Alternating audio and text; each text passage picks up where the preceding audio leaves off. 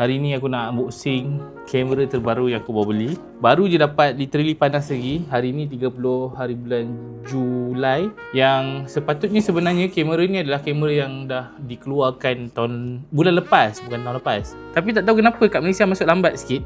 So ya, mempersembahkan DJI Pocket 4P. Sebenarnya aku nak beli Vlog Combo, tapi disebabkan Vlog Combo yang masuk hanya 2 unit je dekat Lowyat, last aku ambil lah standard combo je yang ada kan. So untuk pengetahuan korang, sebenarnya dekat Malaysia, retail store DJI Malaysia, untuk Pocket 4P ni 30 Julai baru dia launching. Antara isu dia, aku dengar daripada staff-staff dekat DJI Lowyat, dorang kongsikan lah, sebenarnya ada banyak isu tentang yang untuk first batch ni hanya ada 38 stok sahaja. So next stock ataupun next batch yang mungkin masuk mungkin dalam 2-3 bulan lagi.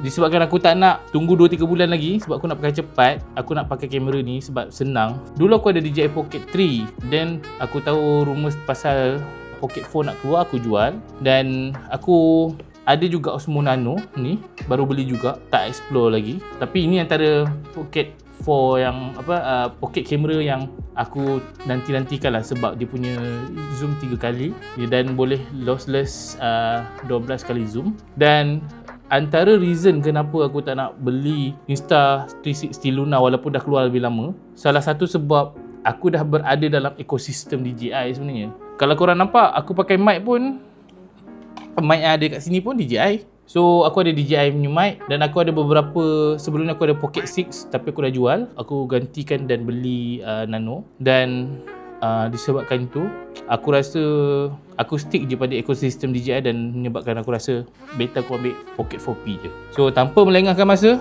let's go, kita unboxing. Kalau korang nak tengok kotak, nampak tak? Nampak? Ni kotak dia.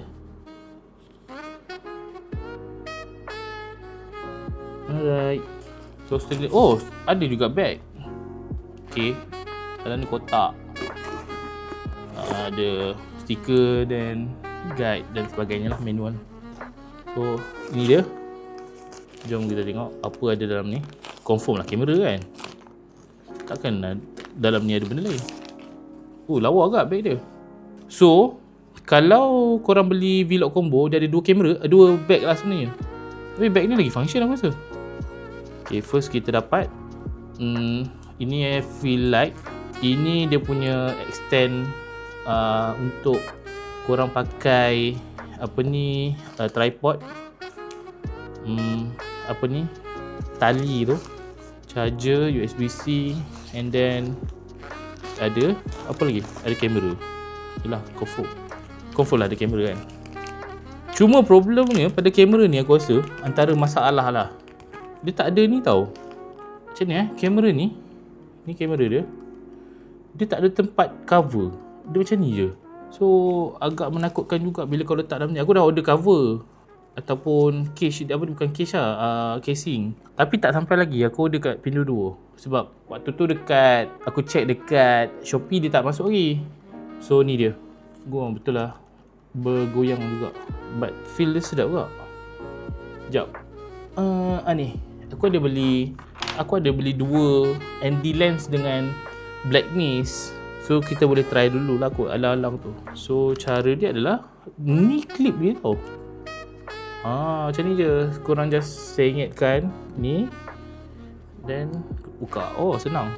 So ni black mist daripada KNF. Dan ini adalah ND lens. Untuk masa sekarang dekat indoor aku tak pakai lah, tapi nanti dekat luar mungkin kena pakai. So ini adalah ND lens untuk DJI Pocket 4P. Dua-dua adalah daripada brand KNF. So pakai dia, just slide je. Nice. Korang boleh tengok. So tujuan dia, black mist ni, function dia adalah untuk nak nampakkan image korang lebih cinematic. Yang ND lens ni, kalau korang shoot dekat luar, kadang-kadang bila matahari terlalu terang atau terik, salah satu cara untuk korang menggelapkan footage adalah menggunakan ND lens. Instead of korang letak shutter speed lebih tinggi, so korang just staykan shutter speed supaya korang punya footage tu tak nampak macam blurry. Sebab tu penting pakai ND lens. Dia macam spek hitam lah. Nantikan update dari aku tentang DJI Pocket 4P. Bye bye. Assalamualaikum.